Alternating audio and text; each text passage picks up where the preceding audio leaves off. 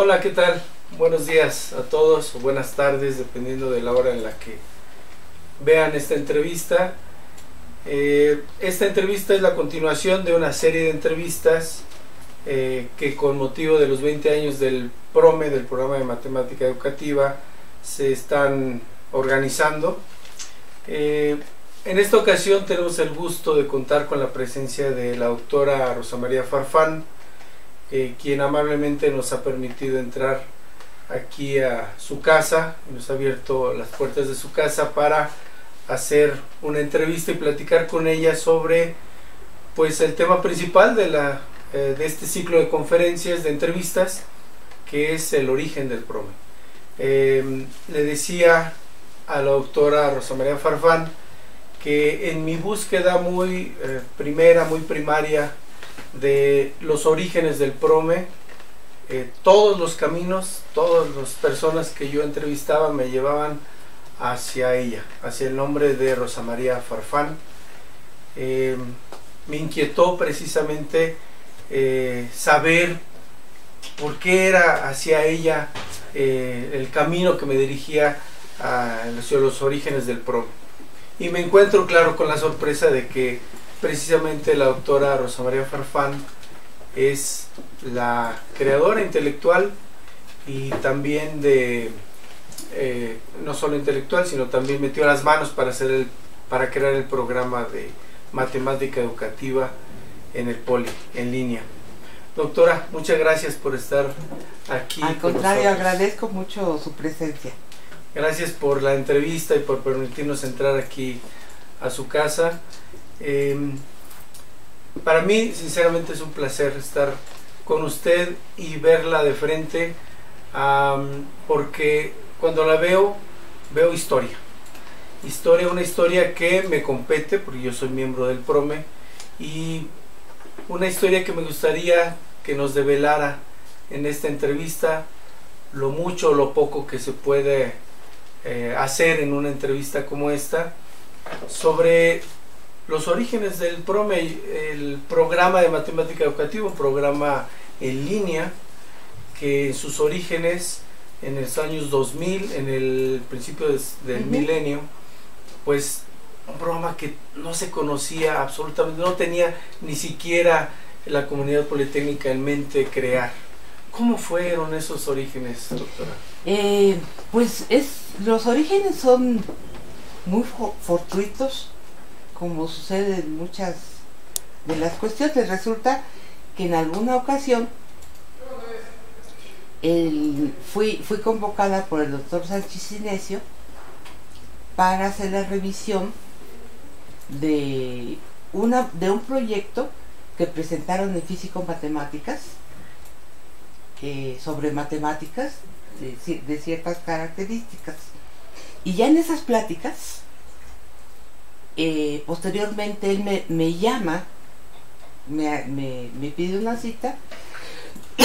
Bueno, el doctor es muy conocido de Simvestab, él fue director de Simvestab, entonces él, siendo ahora coordinador de posgrado, en aquel entonces, después de esa reunión para evaluar esos proyectos, me pide una entrevista. Le digo, ya yo voy con él, y me dice, fíjate que ya investigué, y me saca un legajo así, ya investigué que ahora lo nuevo es la educación a distancia. Entonces lo están haciendo en Harvard, lo están haciendo en Princeton, lo están haciendo en Madrid. ¿Tú qué me podrías proponer para un programa en línea? Entonces ya platiqué con él y le dije, bueno, el problema es que los planes y programas de estudio de maestría y de doctorado siempre están dirigidos hacia una visión presencial, porque se piensa que formar investigadores solo puede ser así, presencialmente, al lado de el investigador en turno. Pero si quieres lo hacemos, Si tú me apoyas, pues lo hacemos. O sea, mira, vamos a empezar con maestría. Entonces ya me fui yo a hacer el proyecto, me fui yo a a elaborar todo lo que se requería. Y en ese momento pensé, esta es la oportunidad para también meter el doctorado, aunque no se abra, que se registre. Y cuál va siendo mi sorpresa después de unos años, que el programa de doctorado es mucho más eficiente, potente, tiene más alumnos. Bueno, pues entonces armé la propuesta, se la presenté, discutimos, hicimos arreglos. El doctor Sinesio siempre atentísimo, feliz con el asunto. Dice, bueno, vamos a hacer también una a manera de propaganda. En 2000 fue el Año Internacional de las Matemáticas. Una actividad de divulgación. Y la hicimos y él estuvo al cargo de ello. Hubo conferencias, hubo talleres, hubo mesas redondas, pláticas y demás. Y eso era con el fin de mostrar al instituto que las matemáticas eran importantes y que porque eran importantes habría que hacer un programa que atendiera al público que no estaba atendiendo, a todos los docentes que no eran atendidos. Y una de las virtudes y oportunidades era que en América Latina para aquel entonces, y ya hace un momento te comentaba, tampoco ahora, no hay posgrados en matemática educativa, ni presenciales ni a distancia. Entonces era una manera de colocar a México y en especial al instituto como a la vanguardia de estas modalidades nuevas. Y sí, en efecto, nuestros estudiantes en CICATA desde entonces pues han sido y seguirán siendo esencialmente colegas de Latinoamérica. Hemos tenido también creo que algunos españoles, pero bueno, y ha ido mejorando esto y enriqueciéndose mucho. Ahora, también te contaba que todas las dificultades que pasamos, justamente porque el programa no se conocía de esta modalidad, la comisión que evaluó primero y luego el consejo, en esa comisión, por ejemplo, uno de los miembros hizo una encuesta. O sea, ¿no creen? Tenemos dos problemas. El que siempre tenemos los matemáticos educativos. El que no creen que la matemática educativa sea una rama de investigación. Porque ellos solo miran como matemática educativa la docencia. Y para ser docentes hay que ser virtuosos, pero no profesionales. Eso es algo que siempre lo tenemos. Pero segundo, era la modalidad. Si para empezar no es necesario, porque ya siendo docente ya genero esas habilidades y capacidades para atender estudiantes, pues menos a distancia. ¿Cómo le vas a hacer? ¿Vas a hacer conferencias? ¿Vas a hacer qué? Entonces nos auxiliamos de un colega del Poli que estaba a cargo de educación continua. Ya me acordé bien, era educación continua. Y con él abordamos y exploramos diversas áreas tecnológicas en donde se pudiera poner nuestro programa. Fuimos a muchos lados, hicimos varias cuestiones, pero ellos tenían experiencia trabajando con cursos y era como formación continua. Entonces realmente no llevaban un programa ni llevaban una dirección, sino que cada que podían tomaban un curso de algo como pensando en capacitación docente en general.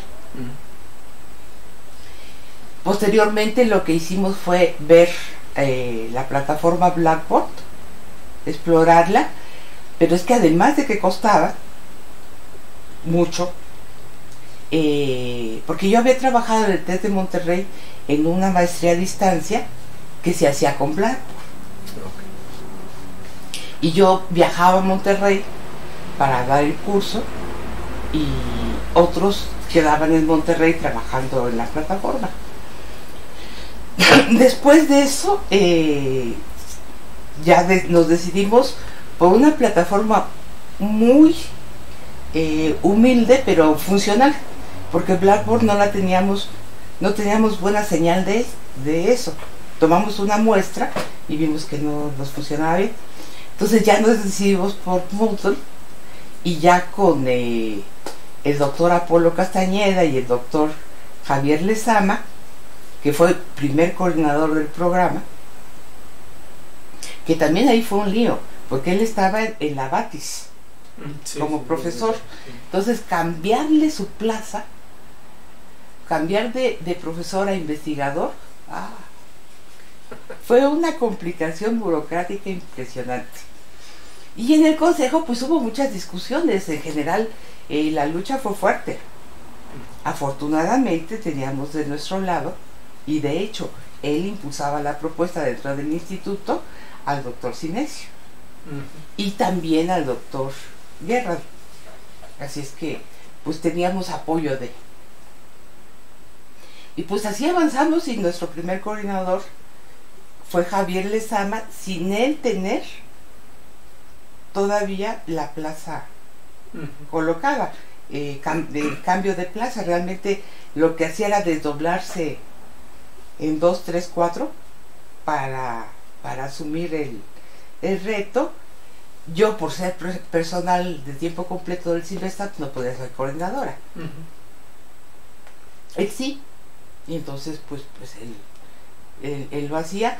Él, para aquel entonces, todavía no se graduaba de doctorado. Yo dirigí su doctorado en CIMBESTAB, pero al poco rato él se graduó y ya se hizo cargo de todo lo del programa. Y bueno, siempre me consultaba, siempre discutíamos, siempre veíamos las muchas maneras de hacerlo, y pues así avanzamos, así empezamos, como todo, con muchas piedras en el camino, pero las fuimos sorteando.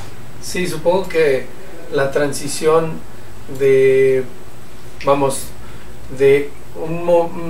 escuelas o una tradición presencial de matemática educativa, de la transición de la presencialidad a la no presencialidad, no se fue de un momento a otro, pues supongo que tuvo que sufrirse un poco ese cambio, precisamente porque muchos de los profesores pues fueron formados en la presencialidad.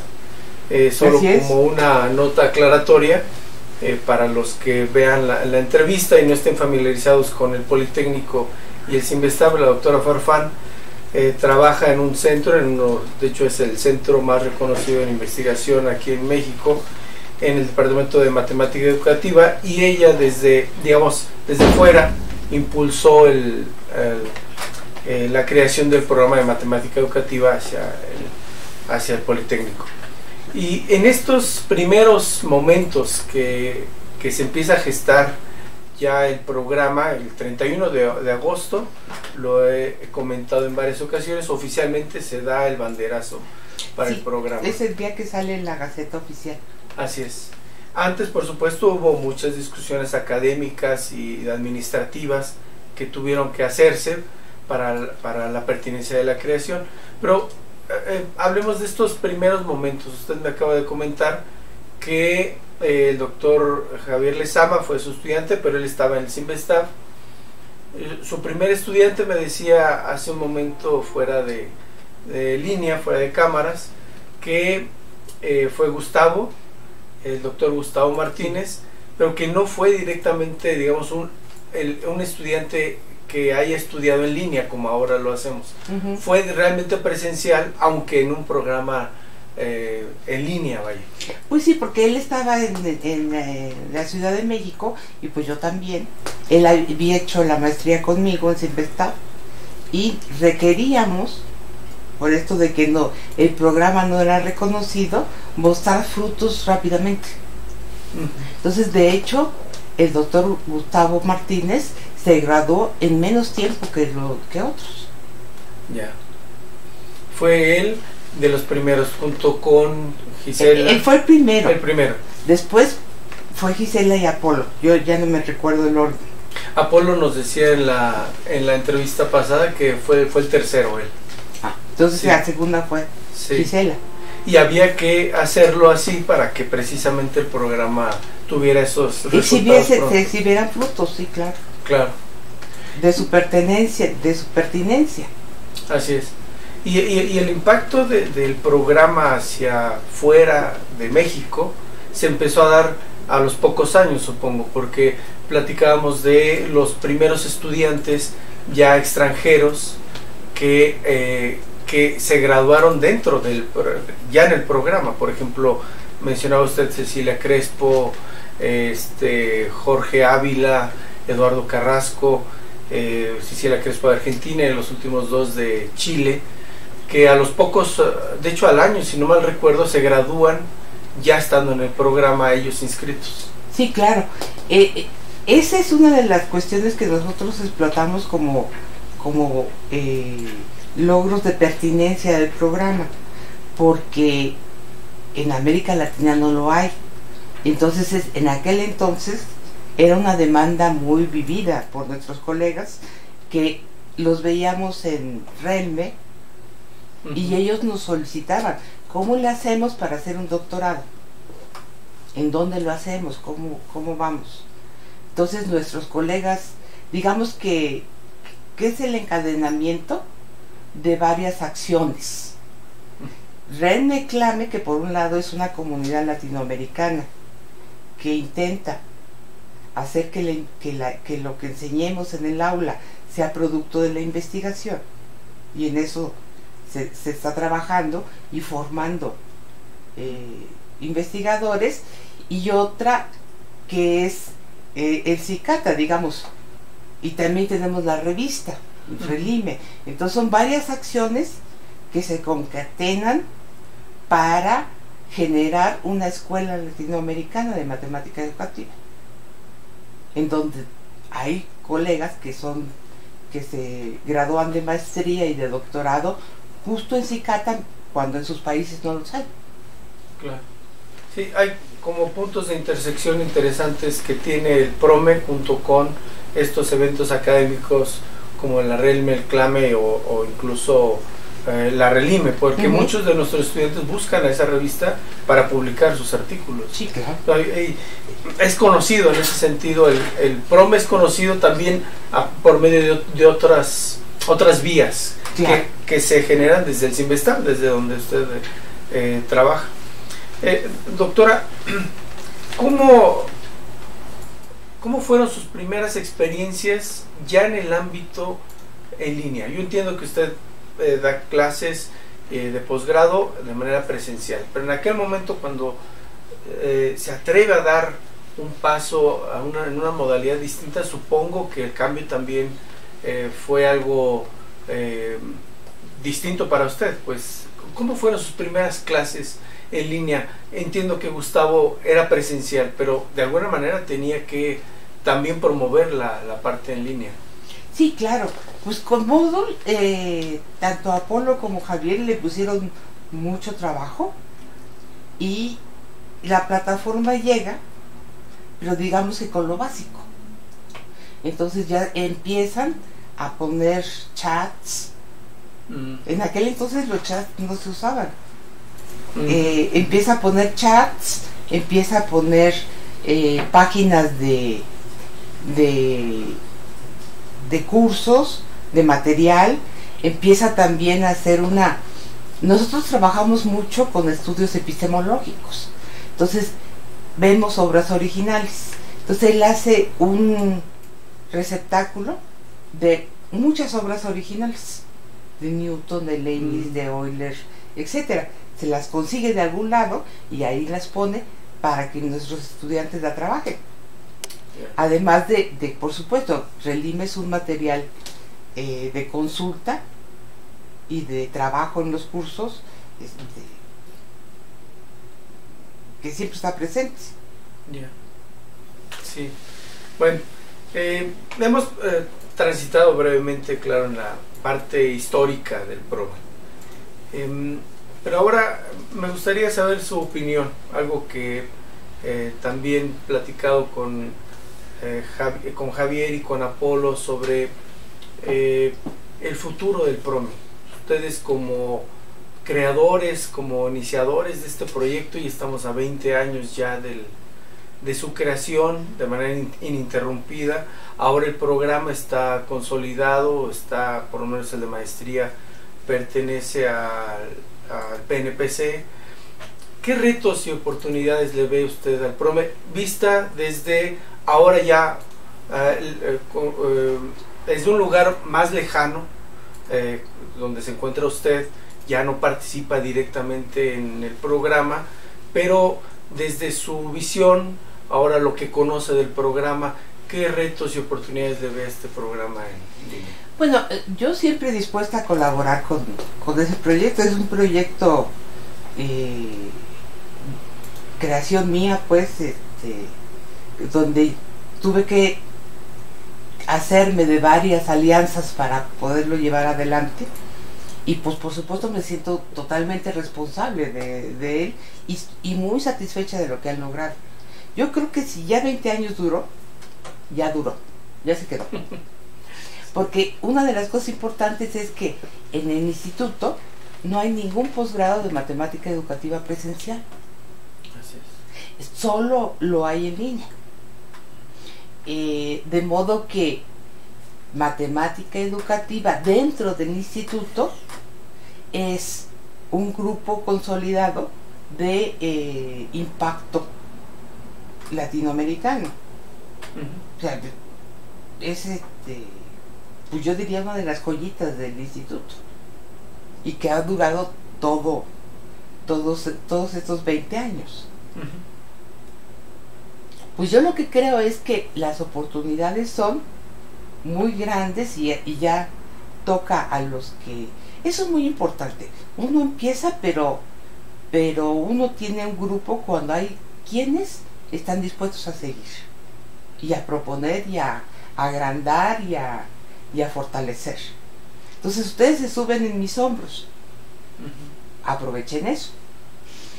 Y llevan su sueño hasta el último lugar. Yo lo que veo con el grupo de profesores de Cicata, del PROME, es que son profesores que le meten pasión tanto al programa como a sus cursos, a sus clases, a sus tesis, y que ahí andan tras sus estudiantes y no los dejan y los siguen. Esa es una cualidad muy importante que hay que reconocer y fortalecer y consolidar en lo tanto como se pueda. ¿Qué oportunidades hay? Siguen siendo las mismas. Por desgracia, pocos posgrados hay. Quizá hay actualmente en Latinoamérica, quizá ya haya un poco más de maestría, pero de doctorado no. Ahí está la oportunidad más grande, en mi opinión. Eso es mucho. Y una de las cosas es que ustedes tienen que saberlo también, le ganamos a los cubanos. Ellos hacen educación a distancia, o más bien hacen educación del tipo, se van de verano, rentan una casa y ahí dan cursos. Y andan y así al siguiente verano, después de 3 veranos, presentan una tesis. Pero lo que pasa es que les dejan tarea para un año, pero no lo siguen bien. Porque tecnológicamente ellos no están tan bien conectados como nosotros. Entonces a ellos ya les ganamos en Cicata, en matemática educativa, yo no sé, en otras áreas. Sí, claro. Entonces pues ya compitieron internacionalmente. Y ganaron, así es que pues ahí está para continuar. Sí. Una de las cosas importantes es la revisión del programa, modificándolo según las perspectivas actuales. Por ejemplo, hoy, platicando con algunos colegas del departamento del CIMBESTAB, veíamos que teníamos que meter un curso que fuera transversal a todos los grupos de trabajo, que tuviera más que ver con la condición social, con género, con discriminación de discapacitados. Digamos, ahora la disciplina tiene que ir, bueno, no tiene que, pero la oportunidad está en atender las dificultades y fenómenos producto de la desigualdad, y en esa medida proponer labores que vayan encaminados hacia una equidad, que equidad no es igualdad. Sí. Por supuesto, ¿no? Entonces, eso es muy importante. Hoy que tenemos en México tantas muertes de mujeres, tantos acosos de profesores, por ejemplo, el movimiento de la UNAM y otras universidades que ya se han sumado, por ejemplo, ya en la UNAM ponen cursos para formación de profesores en género, como parte de las acciones que hacen para modificar. Nosotros también tenemos que entrar en eso, Claro. porque tenemos que resolver los principales problemas del país, y uno de los principales problemas de nuestro país es la educación. Es en donde en esos procesos hay que entrar. Entonces, una de las cosas es mirar de qué manera es mejor y más óptimo incluir cursos en pro de la equidad en los diferentes terrenos. Ahora son necesarios. Claro. Sí, yo me quedo con esta parte que usted comentó, de que estamos subidos en sus hombros. Me gusta esa frase porque estamos apoyados en un proyecto, en un proyecto sólido que en su momento debió responder a alguna Bueno, parte. no soy tan alta, soy medio chaparrita. Pero no deja de ser sólido. Y entonces nosotros tenemos esa oportunidad de ahora responder a circunstancias distintas de las que usted se enfrentó o encontró hace 20 años. Sí, no, estas ya no están. Exacto. Ya el programa es reconocido. Ya Sí. tiene una legitimidad. Pues ya. Así es. De ahí lo que sigue es crear. Así es.